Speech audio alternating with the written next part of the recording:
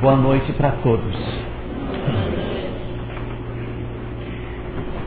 Os nossos noticiários têm cada dia trazido novas notícias ruins.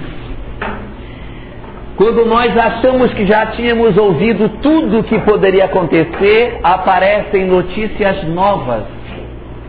Coisas que a gente achou que nem existisse, a gente passa a tomar conhecimento cada dia quando nós ouvimos os jornais, com as notícias que se passam entre as nações, das guerras, dos conflitos, das várias discussões entre os países, do armistício que existe no mundo, da preocupação com esse fio muito tênue que é o fio da paz, que parece que a cada instante vai ser rompido. Novos e novos conflitos surgem, ameaças de novas guerras fazem com que os nossos noticiários se tornem um farto material de conflitos e de ódios. Não é difícil que nós percebamos que, apesar desses conflitos que existem na esfera entre as nações, evidenciam-se os conflitos dentro do ambiente doméstico. A cada dia surgem novidades nessa área. Mães atirando filhos dentro do saco plástico no rio. Mães que enterram crianças, bebês, no fundo do quintal. Violências das mais diferentes ordens dentro do ambiente familiar começam a acontecer, nos dando conta de que muitos desses conflitos que acontecem no ambiente global são resultados desses conflitos familiares, das dificuldades que nós estamos tendo para articular os nossos grupos familiares, uma vez que nós temos uma grande quantidade de famílias aonde pais se colocam contra seus filhos e vice-versa, aonde a desarmonia se estabeleceu e já há dificuldade no relacionamento, no próprio toque entre as pessoas. Um dos grandes indicativos de dificuldade de relacionamento é quando nós já temos dificuldade para tocar a pessoa. O toque começa a ficar difícil. O abraço é só aquele do Natal. Vai lá, é Natal, aí você vai, aquele abraço sofrido, mas não existe a espontaneidade na relação afetiva, no toque com a pessoa. Esse processo é um grande indicador da inflamação entre as relações das pessoas.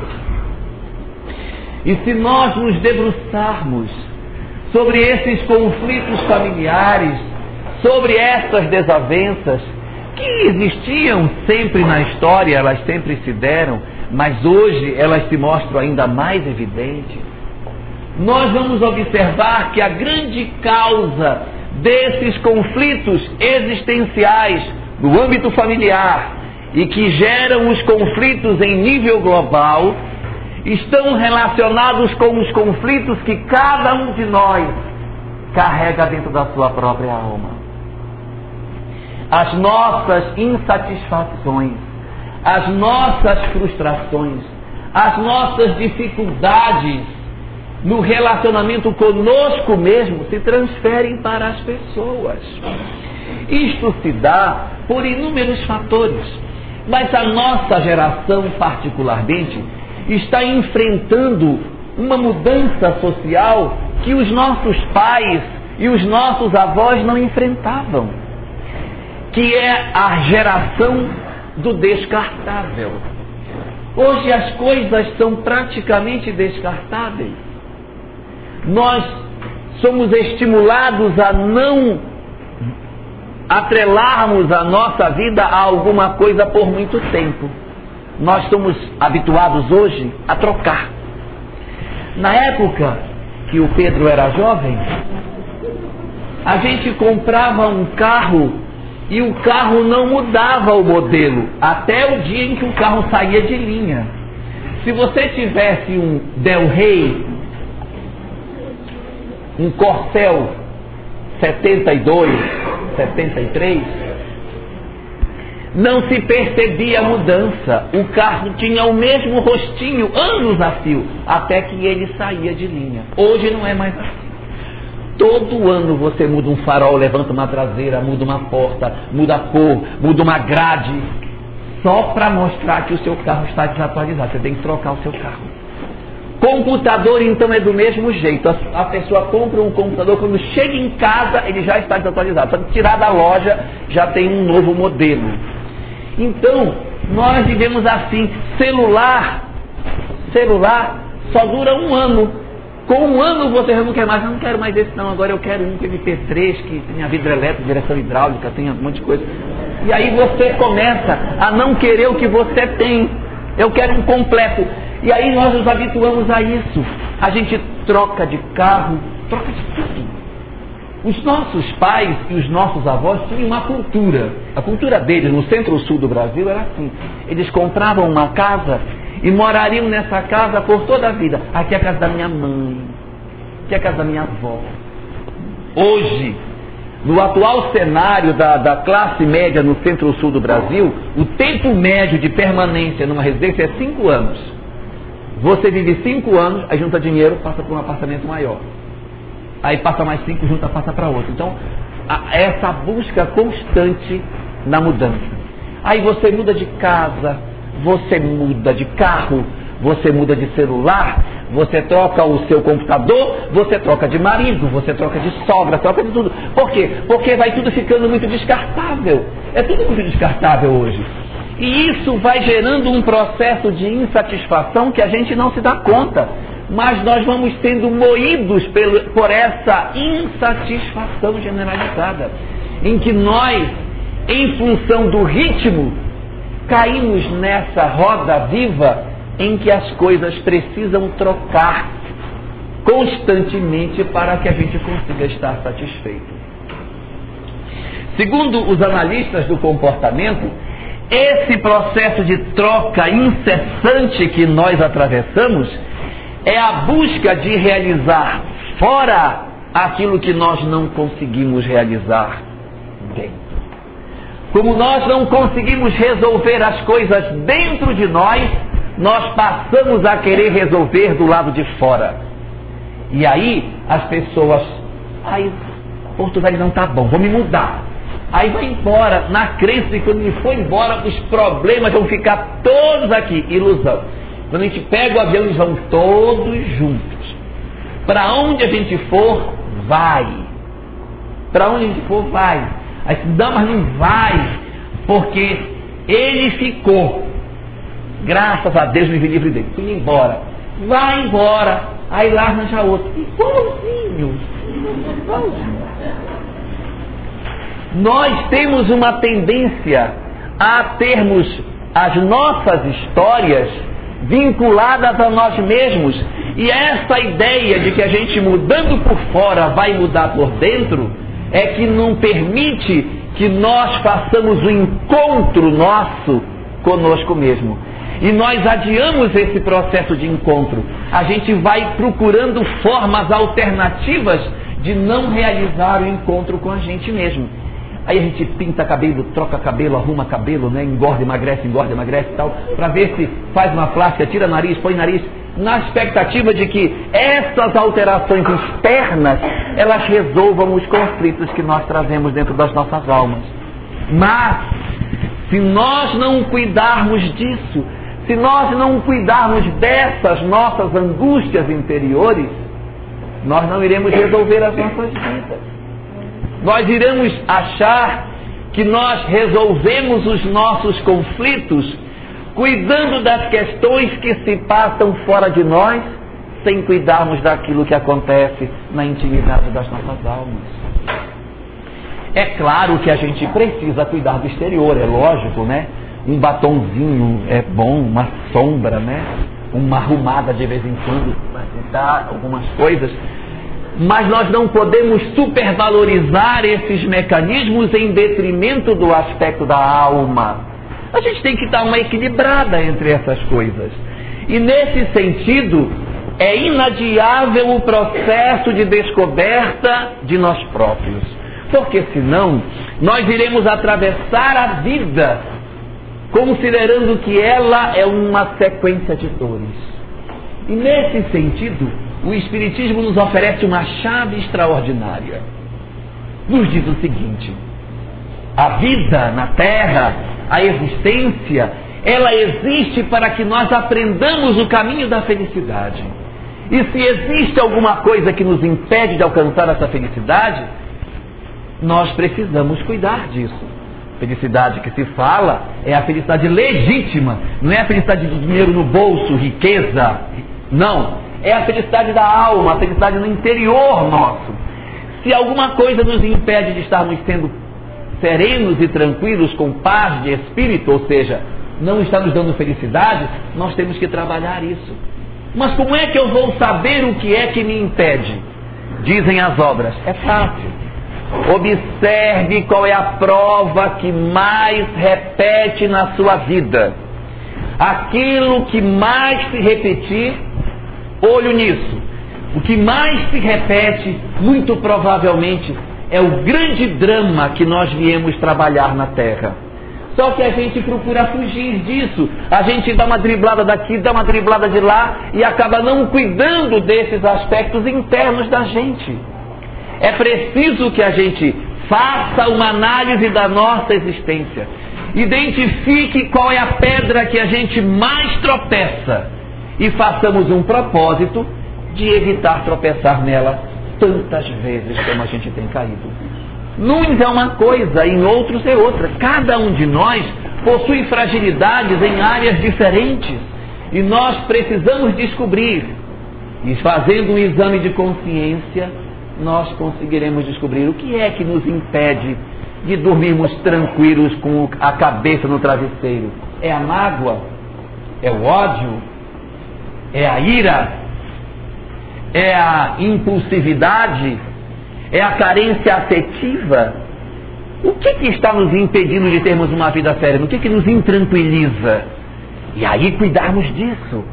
Porque se nós não cuidarmos desse processo, nós estaremos trabalhando o mundo de fora, sem trabalharmos o nosso mundo interior, que é fundamental. Jesus, nesse sentido, dizia que era fundamental para nós que nós desenvolvêssemos o amor em sua plenitude, oferecendo para nós 3 visões diferentes do amor. Amar a Deus sobre todas as coisas, mas também amar o nosso próximo. De que maneira? Amar o nosso próximo como a nós mesmos. Ou seja, nós não podemos desconsiderar a necessidade do amor a nós mesmos para que nós alcancemos a felicidade.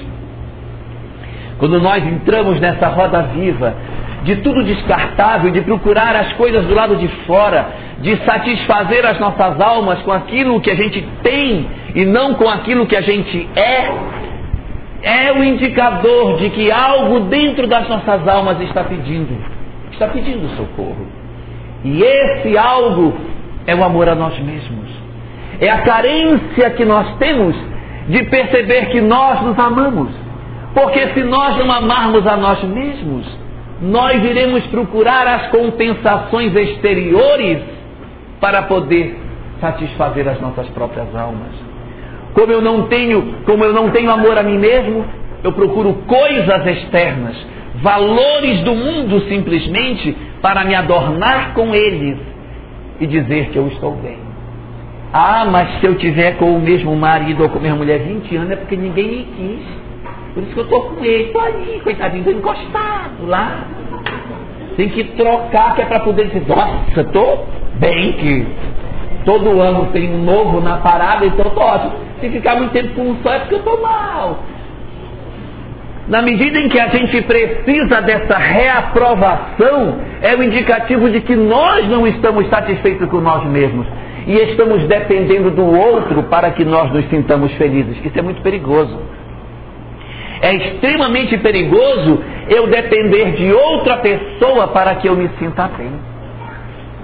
Nós não devemos depositar a nossa felicidade nas mãos de outra pessoa.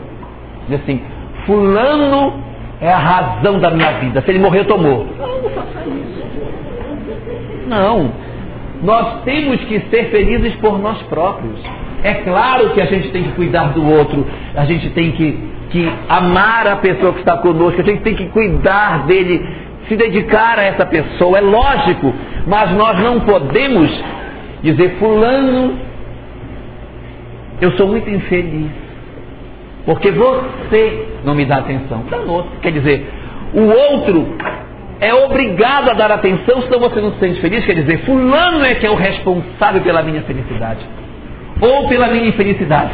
O dia que você morrer vai ser o dia mais feliz da minha vida, porque você é uma desgraça que apareceu. Então o outro é o responsável pela minha infelicidade.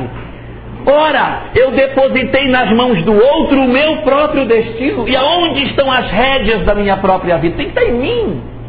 É claro que o outro interfere, é claro que o outro tem importância, mas eu preciso bastar a mim mesmo. Eu preciso entender que, a despeito de estar com o outro, eu preciso estar em paz também comigo mesmo. Porque se eu fizer da minha vida uma dependência daquilo que o outro me oferece, o que será de mim se o outro não me der aquilo que eu quero que ele me dê? Nós corremos um risco de atrelarmos a nossa felicidade nas mãos de outra pessoa. Isso é um indicativo de que não há em nós amor suficiente por nós mesmos para resolver as nossas angústias. E isso faz com que a gente tenha a nossa autoestima baixa. Entramos num lugar e a pessoa não nos olha, não falou comigo, também sou feio. Aí tudo é motivo. Fulano não me olhou, é porque eu sou feio. Fulano não me... no meu emprego ninguém me gosta mesmo. Porque meus filhos depois que casaram não me ligam mais. Eu sou a pior pessoa do mundo. E aí a gente se transfere para isso e carrega cruzes nas costas desnecessárias, impondo sobre os outros a responsabilidade pela nossa própria felicidade. Dizemos assim, não meu filho, não vá, pode ir, não tem problema não. Eu estou com um bico de papagaio, estou passando mal, estou com muita febre, mas pode ir, eu me cuido, tá? Pode ir, você tem que ir mesmo. Se eu passar mal, eu chamo a ambulância, pode deixar. Mas aí faz aquele drama, não, eu vou ficar bem, E a morte não existe mesmo, se eu morrer, eu mando notícias de lá, pode ir, vá para a festa, vá. E aí a pessoa não consegue ir, porque o outro impede a pessoa. Não, vá trabalhar, vá, eu vou ficar bem. E a pessoa não sabe o que faça. Então é você chantagear com o outro, porque nos falta em mim mesmo a completude de mim próprio. Mas nesse mesmo sentido, diz-nos o Espiritismo que eu só vou conseguir amar a mim mesmo com uma condição. Para amar a mim mesmo há uma condição. Nós não podemos amar aquilo que nós não conhecemos. E como a gente muitas vezes não se conhece, nós temos dificuldade de nos amarmos. Nós temos dificuldade de sentirmos amor por nós.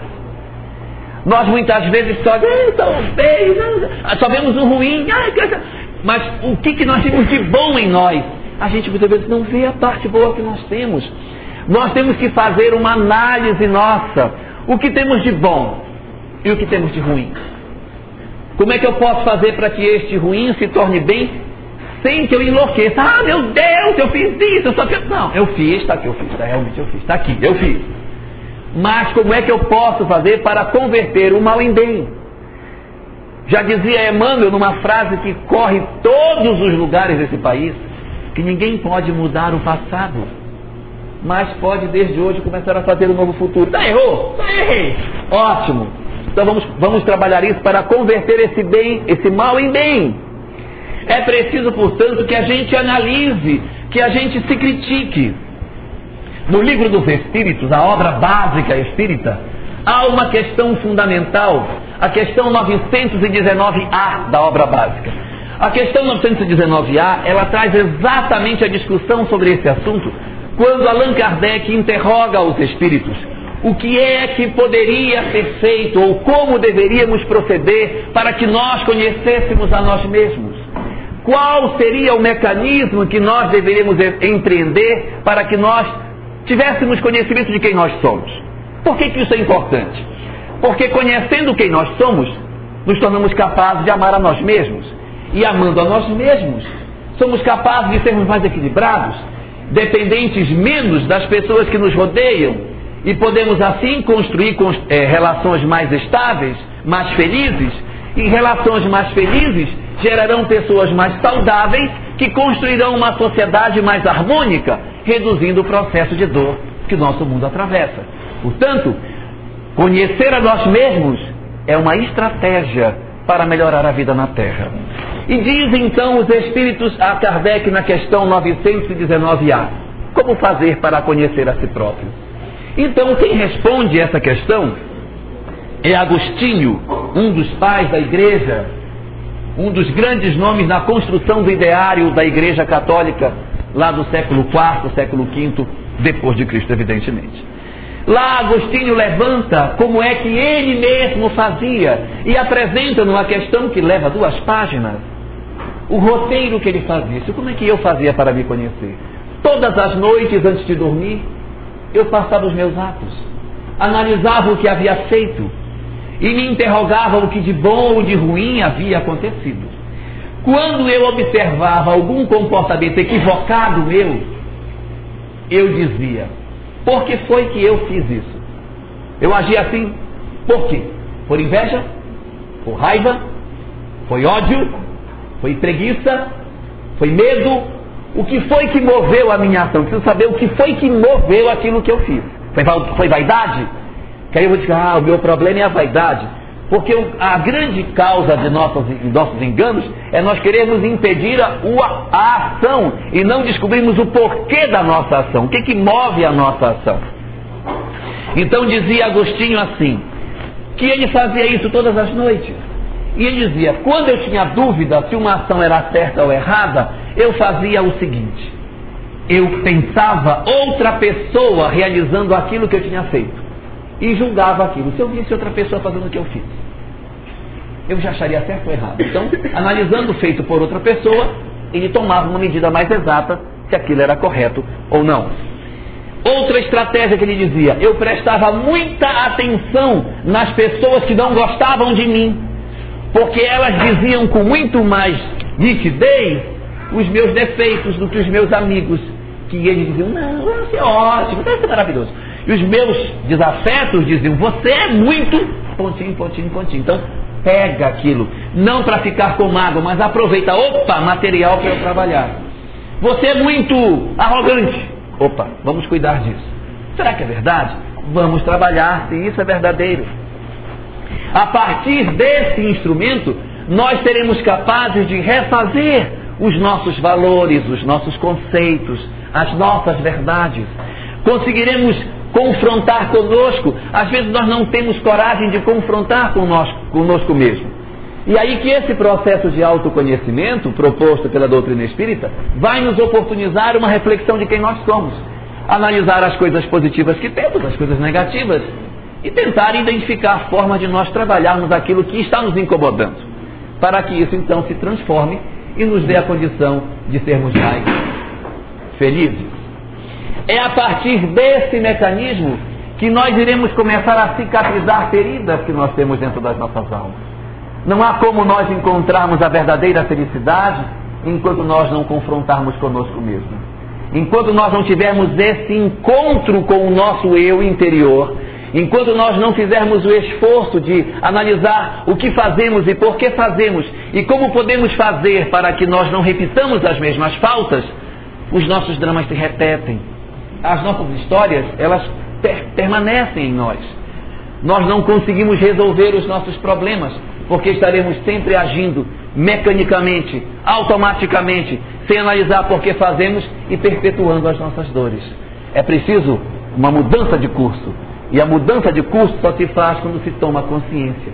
Senão, nós iremos atravessar a vida inteira sem saber quem verdadeiramente somos e com uma grande dificuldade de conseguirmos amar a nós próprios. É essa que é a grande lição que Jesus deixou para nós. Tanto que no Evangelho de Marcos, quando Jesus ressalta a importância do amor a Deus, ao próximo e a si mesmo, ele percebe que nessa frase estaria a síntese daquilo que poderia ser dito e buscado pelo homem.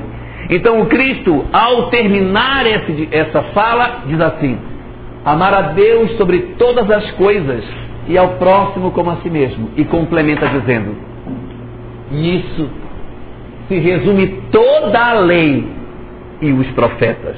Em outras palavras, tudo o que foi escrito pode se resumir nesta única frase. Se nós atentarmos para esse processo, se nós cuidarmos desse viés nas nossas vidas, nós estaremos em melhores condições para encontrarmos a felicidade que nós tanto buscamos e darmos um passo decisivo no processo de construção da verdadeira felicidade, que foi o objetivo e a razão maior pela qual nós encarnamos na Terra, para realizar o grande processo de educação que nos comprometemos antes de renascer.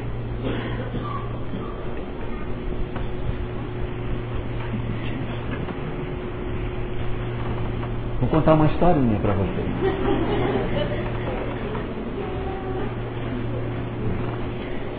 Os espíritos contam, vai passar de 5. Os espíritos contam que havia um homem chamado Malaquias, que era um homem rude, bruto, estúpido, grosseiro, e a família tinha maior vergonha pela brutalidade que ele tinha. Ele agredia as pessoas, ele ofendia os outros, ele era cheio de desafetos, era uma pessoa extremamente problemática. E dizem as obras que um dia, quando Malaquias foi lavar o rosto no lago, ele observou a própria imagem e viu a barba embranquecida, os cabelos embranquecidos, e naquele dia ele se deu conta que estava envelhecendo. Meu Deus, estou ficando velho. Estou ficando velho e estou do mesmo jeito, quer dizer, não consegui construir relação de afeto com ninguém, sou só agressividade, preciso mudar a minha vida. E aí dizem os espíritos que Malaquias lembrou que próximo da cidade onde ele morava havia um morro, e no topo do morro morava um guru. Então Malaquias procurou pelo guru, subiu o morro, bateu na porta, o guru abriu e disse: diga, Malaquias, que devo sua visita? Assustado, afinal de contas Malaquias era tido como um bruto. Malaquias então disse: mestre, eu vim aqui pedir a sua ajuda. Eu não posso continuar como estou, eu preciso encontrar o caminho do céu. Me diga, como é que eu faço para encontrar? E o mestre disse: calma, Malaquias, você não vai encontrar o caminho do céu assim. Temos que ter um método para isso. Você tem que identificar o que é que mais incomoda você. Concentre-se nisso, meu filho. Faça isso e você vai conseguir encontrar o caminho do céu. O senhor acha que eu vou conseguir, mestre? Claro, Malaquias, você consegue. Se você perseverar, você consegue. E Malaquias então beijou as mãos do mestre e desceu o morro. Anos mais tarde, Malaquias voltou, cabelos mais brancos, bateu na porta do mestre, o mestre mais velho ainda. Mestre, e o mestre abriu: Malaquias, meu querido, como está você? Mestre, eu descobri que a minha grande violência interior era a brutalidade, a agressividade que eu trazia, então eu mudei. Deixei de ser agressivo, passei a tratar as pessoas diferentemente, e agora todos dizem que eu sou um fingido. O que eu estou fingindo, o que eu sou é um bruto que me escondo e que a qualquer hora eu vou dar um bote nas pessoas, que eu vou agredir, mas eles não acreditam em mim. O que eu faço? Eu tenho vontade de pegar o pescoço deles. Não, calma, Malaquias. Calma. Isso é assim mesmo. Você precisa convencê-los de que mudou. Mas como isso? Fácil. Não se fira com a calúnia. apenas viva de maneira que ninguém possa acreditar no caluniador. Não me ferir com a calúnia e viver de maneira que ninguém possa acreditar no caluniador. Mestre, você acha que eu vou conseguir encontrar o caminho do céu fazendo isso? Claro, Malaquias, vá, meu filho. Vai conseguir sim. Eu vou perseverar. E Malaquias desceu. Anos mais tarde, Malaquias, velhinho, subiu o morro, bateu na porta, o mestre ainda mais velho ainda. Malaquias, o que traz você aqui, meu amigo? Já, mestre, eu estou a ponto de desistir de tudo. Por quê? Porque eu fiz o que o senhor falou. E eu convenci as pessoas de que eu não era mais uma pessoa agressiva. E agora eles me ofendem. Dizem que eu sou um banana, que eu tenho sangue de barata, que as pessoas fazem o que querem comigo. Eu não aguento mais isso, eu vou desistir. Não, Malaquias, calma. Mestre, eu não tenho mais idade para mudar. Siga a sua rota, Malaquias. Malaquias então desceu e nunca mais subiu. Foi a última vez. Pouco tempo depois ele adoeceu e desencarnou. E dizem os autores espirituais que quando Malaquias desencarnou, os espíritos vieram, tomaram Malaquias do corpo e disseram: vem, Malaquias, vem fazer parte do nosso grupo, porque empreendeste tanto trabalho na tua mudança interior, que tu mereces a honra de integrar a equipe daqueles que procuram nas sombras as almas que não mudaram. Tu és um exemplo de mudança, e por isso ingressarás conosco na tarefa de socorrer as almas endurecidas que tiveram dificuldade de mudar o seu mundo interior. E Malaquias então ingressou nesse trabalho. Ouvia o clamor de alguém na escuridão e descia para ir buscar alguém na furna. Passava um tempo, outro clamor, Malaquias descia para ir buscar as pessoas nas furnas. E assim foi resgatando conhecidos, parentes, amigos. Até que um dia ouviu um chamado pelo seu nome. E foi descendo na furna escura, até que no fundo de uma gruta observou uma alma que gemia na escuridão. Malaquias se aproximou para tentar ajudar, e ao aproximar-se percebeu que a alma que gemia na escuridão era seu próprio mestre. Olhou para ele e disse: Malaquias, me ajuda a encontrar o caminho do céu, Malaquias. Eu não consegui. Me ajuda. E Malaquias então colocou o próprio mestre, que não conseguiu mudar, nos ombros, e levou o seu grande guru para iniciar o seu processo de mudança e conhecimento de si mesmo.